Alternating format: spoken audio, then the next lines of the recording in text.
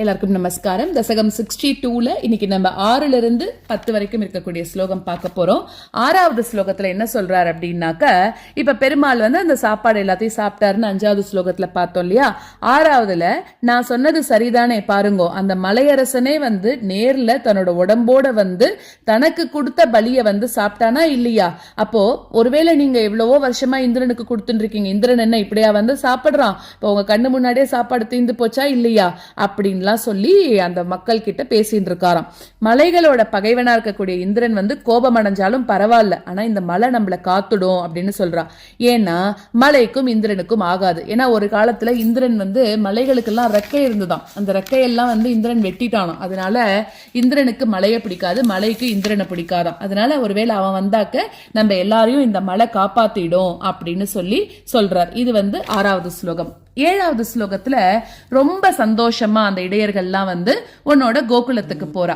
So உன்னை பத்தி நன்னா தெரிஞ்சிருந்தோம், உன்னாலேயே அந்த உயர்ந்த அந்த இந்திர பதவிதான் அவனுக்கு கிடைச்சது அப்படிங்கறது எல்லாத்தையும் தெரிஞ்சிருந்தோம், தன்னோட வேள்வி தடைப்பட்டுடுத்து அப்படிங்கறத மட்டும் நினைச்சிருந்து அவனுக்கு ரொம்ப ரஜோகுணம் வந்துருத்தான். ரஜோகுணம் வந்ததுனால கோவம் ரொம்ப ஜாஸ்தி ஆயிடுதான். அதுக்கப்புறம் நீதான் அவனுக்கு இவ்வளவு பெரிய அவமானத்தை பண்ணிட்ட அப்படின்னு நினைச்சதுனால நீ என்ன வேலை பண்ணியோ அதை அவனால பொறுத்துக்க முடியலையா, நீ பெருமாள்னு அவனுக்கு எல்லாம் தெரிஞ்சிருந்தும் கூட அவனால உன்னை பொறுத்துக்க முடியல அப்படிங்கிறது 7வது ஸ்லோகம். இந்திரனுக்கு ஆனாலும் தோணுறது, மதுன்னு சொல்லக்கூடிய அசுரனை கொன்றது நாராயணன் தான், அதெல்லாம் தெரியறது. ஆனா மண்ணுலகத்துல மனுஷனாக அவதாரம் எடுத்து இந்த தேவர்களோட பெருமையை நீ அழிக்கிற, நீ அங்க போயிட்டு கூட என்னோட தேவர்களோட பெருமையை நீ அழிக்கிற அப்படின்னாக்க இந்த தேவகணங்களோட மகிமை யாருமே மதிக்க மாட்டாளே. அதனால அந்த இடையரா இருக்கக்கூடிய அந்த கிருஷ்ணரோட பெருமையை நான் அழிச்சுடுறேன் அப்படின்னு சொல்லிட்டு உன்னை எப்படியாவது இது பண்ணணும், உன்னோட சண்டை போடணும் அப்படின்னு சொல்லி கிளம்பி வரானோ அங்கேந்து. அதாவது மனுஷனா இருக்கிறதுனால தேவர்களுக்கு கட்டுப்பட்டு தான் இருக்கணும் அப்படின்னு சொல்லி அவன் நினைக்கிறான், அந்த பெருமாளையே கூட அப்படி நினைக்கிறானோ. இது 8வது ஸ்லோகம். அடுத்தது 9வது ஸ்லோகத்துல அந்த இந்திரன் ஐராவதத்தை மேல உட்கார்ந்துட்டு அந்த வஜ்ராயுதத்தை கையில ஏந்திண்டு அப்ப என்ன பண்றான்னா பிரளய காலத்து மேகங்களை ஏவறானா. அதாவது மழைய ஃபுல்லா பெஞ்சிரு நீ அப்படின்னு சொல்லி இந்திரனுக்கு அவ்வளவு கோபத்துல சொல்றானா. அப்போ மத்த தேவர்கள்லாம் இருக்கல்ல, நெருப்பு காத்து இந்த மாதிரி இருக்கிறவெல்லாம் அவளே நினைச்சுக்கிறா, இவன் ஏதோ கிளம்பி போறான், என்ன வாங்கி கட்டிட்டு வர போறானோ தெரியல அப்படின்னு சொல்லி இவெல்லாம் தனக்குள்ள பேசி சிரிச்சுக்கிறாளாம். சோ அந்த மாதிரி உன்னோட மாயையானது யாரதான் மயக்கல அப்படின்னு கேட்கிறாரு. இந்த மாதிரி அவனுக்கு ஒரு மாயை வர வச்சதும் பெருமாள் தானே. சோ இப்படி எல்லாம் பண்ணிட்டு அந்த இந்திரன் பெருமாளோட போர் பண்ணணும்னு வஜ்ராயுதத்தை எடுத்துட்டு கிளம்பி வரான். இது 9வது ஸ்லோகம். 10வது ஸ்லோகத்துல நீ இந்திரன் கோபமானா கூட அந்தணர்களோட கருணையாலும் கோவர்தன மலையோட அருளாலும் நமக்கு நன்மை கிடைக்கதான் போறது அப்படின்னு சொல்லிட்டு பக்கத்துல இருக்கிறவா எல்லாரையும் நீ சாந்தப்படுத்தின்னு இருக்கியா, அவெல்லாம் நம்புற மாதிரி பேசின்னு இருக்க. ஆனா ஓ மனசுக்குள்ள நினைச்சுக்கிற, சரி இதெல்லாம் ஒரு பக்கம் இருந்தா கூட இந்திரன் ஏன் இன்னும் வரவே இல்லை, என்ன பார்க்க இத்தனை நேரம் அவன் வந்திருக்கணுமே அப்படின்னு நினைச்சுட்டு அவனோட வருகைக்காக நீ காத்துட்டு இருந்த. இப்படி எல்லாம் லீலைகள் பண்ண நீதான் என்னோட பிணிகளையும் அழிக்கணும் அப்படின்னு சொல்லி பட்டத்ரி 62வது தசகத்தை பூர்த்தி பண்றார். இப்ப நம்ம இதோட ஸ்லோகங்களை கத்துக்கலாம். அவோச்சைவம் தான் கிமிஹ விததம் மே நிகதிதம் கிரீந்திரோ நன்வேஷக ஸ்வபலிம் உபபுங்க்தே ஸ்வவபுஷா அயம் கோத்ரோ கோத்ர த்விஷிச குபிதே ரக்ஷிதுமலம் சமஸ்தானித்யுக்த்வா ஜக்ருஷுரகிலா கோகுலஜுஷஹ அவோச்சைவம் தான் கிமிஹ விததம் மே நிகதிதம் கிரீந்திரோ நன்வேஷக ஸ்வபலிமுபபுங்க்தே ஸ்வவபுஷா அவோச்சைவம் தான் கிமிஹ விததம் மே நிகதிதம் கிரீந்திரோ நன்வேஷக ஸ்வபலிமுபபுங்க்தே ஸ்வவபுஷா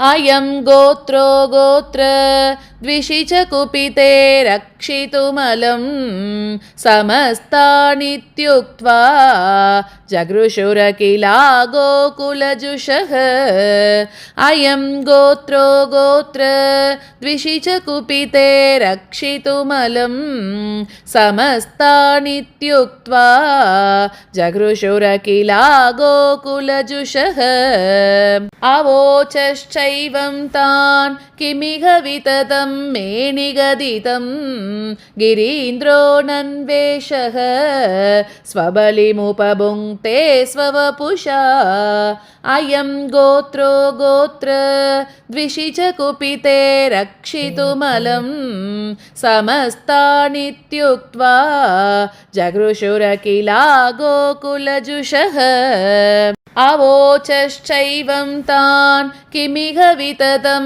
मे निगदितं गिरीन्द्रो नन्वेषः स्वबलिमुपभुङ्क्ते स्ववपुषा अयं गोत्रो गोत्र द्विषि च कुपिते रक्षितुमलं समस्तानित्युक्त्वा जगृषुरकिला गोकुलजुषः परिप्रीता याता खलु भवदुपेता व्रजजुषो व्रजं यावत्तावन् निजमखविभङ्गं निशमयन् भवन्तं जानन्नपि अधिकरजसा क्रान्तहृदयः न सेहे देवेन्द्रः त्वदुपरचिदात्मोन्नतिरपि परिप्रीता याता खलु भवदुपेता व्रजजुषो व्रजं यावत्तावन् निजमखविभङ्गं निशमयन् परिप्रीता याता खलु भवदुपेता व्रजजुषो व्रजं यावत्तावन् निजमखविभङ्गं निशमयन् भवन्तं जानन्नपि अधिकरजसा क्रान्तहृदयः न सेहे देवेन्द्रः त्वदुपरचिदात्मोन्नतिरपि भवन्तं जानन्नपि अधिकरजसा क्रान्तहृदयः न सेहे देवेन्द्रः त्वदुपरचिदात्मोन्नतिरपि परिप्रीता याता खलु भवदुपेता व्रजजुषो व्रजं यावत्तावन् निजमखविभङ्गं निशमयन् भवन्तं जानन्नपि अधिकरजसा क्रान्तहृदयः न सेहे देवेन्द्रः त्वदुपरचिदात्मोन्नतिरपि परिप्रीता याता खलु भवदुपेता व्रजजुषो व्रजं यावत्तावन् निजमखविभङ्गं निशमयन् भवन्तं जानन्नपि अधिकरजसा क्रान्तहृदयः न सेहे देवेन्द्रः त्वदुपरचिदात्मोन्नतिरपि मनुष्यत्वं यातो मधुभिदपि देवेष्वविनयं विदत्ते चेन्नश्चः त्रिदशसदसां कोऽपि महिमा ततश्च ध्वंसिष्ये पशुपहतकस्य श्रियमिति प्रवृत्तस्त्वां जेतुं सखिलमघवा दुर्मदनिधिः मनुष्यत्वं यातो मधुभिदपि देवेष्वविनयं विधत्ते चेन्नश्चः त्रिदशसदसां कोऽपि महिमा मनुष्यत्वं यातो मधुभिदपि देवेष्वविनयं विधत्ते चेन्नश्चः त्रिदशसदसां कोऽपि महिमा ततश्च ध्वंसिष्ये पशुपहतकस्य श्रियमिति प्रवृत्तस्त्वां जेतुं सकिलमघवा दुर्मदनिधिः ततश्च ध्वंसिष्ये शिष्ये पशुपहतकस्य श्रियमिति प्रवृत्तस्त्वां जेतुं स किल मघवादुर्मदनिधिः मनुष्यत्वं यातो मधुभिदपि देवेष्वविनयं विधत्ते चेन्नश्चः त्रिदश सदसां कोऽपि महिमा ततश्चद्वं शिष्ये पशुपहतकस्य श्रियमिति प्रवृत्तस्त्वां जेतुं स किल मघवादुर्मदनिधिः मनुष्यत्वं यातो मधुभिदपि देवेष्वविनयं विधत्ते चेन्नश्चः त्रिदश सदसां कोऽपि महिमा ततश्चद्वं शिष्ये पशुपहतकस्य श्रियमिति प्रवृत्तस्त्वां जेतुं स किल मघवादुर्मदनिधिः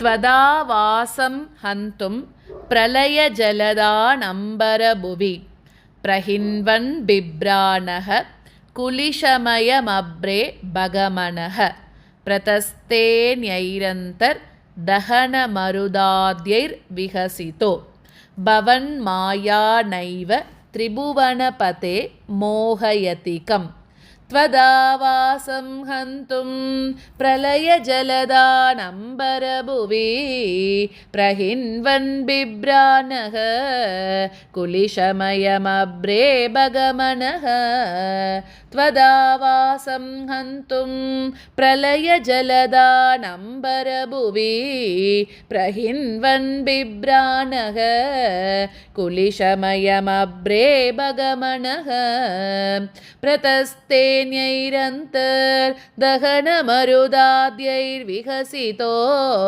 भवन्मायानैव त्रिभुवनपते मोहयतिकम् प्रतस्तेन्यैरन्तर्दहनमरुदाद्यैर्विहसितो भवन्मायानैव त्रिभुवनपते मोहयतिकम् त्वदावासं हन्तुं प्रलयजलदानम्बरभुवि प्रहिन्वन् बिभ्राणः कुलिशमयमभ्रे भगमनः प्रतस्तेन्यैरन्तर्दहनमरुदाद्यैर्विहसितो भवन्मायानैव त्रिभुवनपते मोहयतिकम् त्वदावासं हन्तुं प्रलयजलदानम्बरभुवि प्रहिन्वन् बिभ्राणः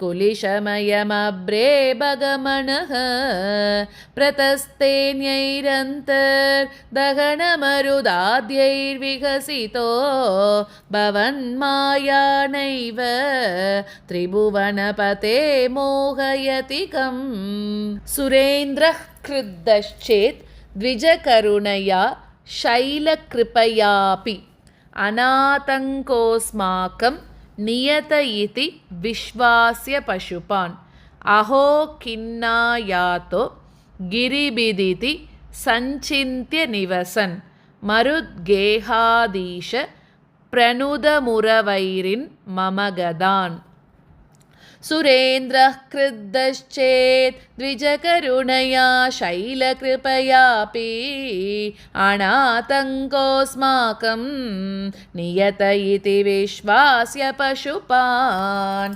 सुरेन्द्रः क्रुद्धश्चेत् द्विजकरुणया शैलकृपयापि अनातङ्कोऽस्माकं नियत इति विश्वास्य पशुपान् अहो खिन्नायातो गिरिभिदिति सञ्चिन्त्य निवसन् मरुद्गेहाधीश प्रणुतमुरवैरिन्मम गदान् अहो खिन्नायातो गिरिभिदिति सञ्चिन्त्य निवसन् मरुद्गेहाधीश प्रणुदमुरवैरिन्मम गदान् सुरेन्द्रः क्रुद्धश्चेत् विजकरुणया शैलकृपयापि अनातङ्गोऽस्माकं नियत इति विश्वास्य पशुपान् अहो किन्नायातो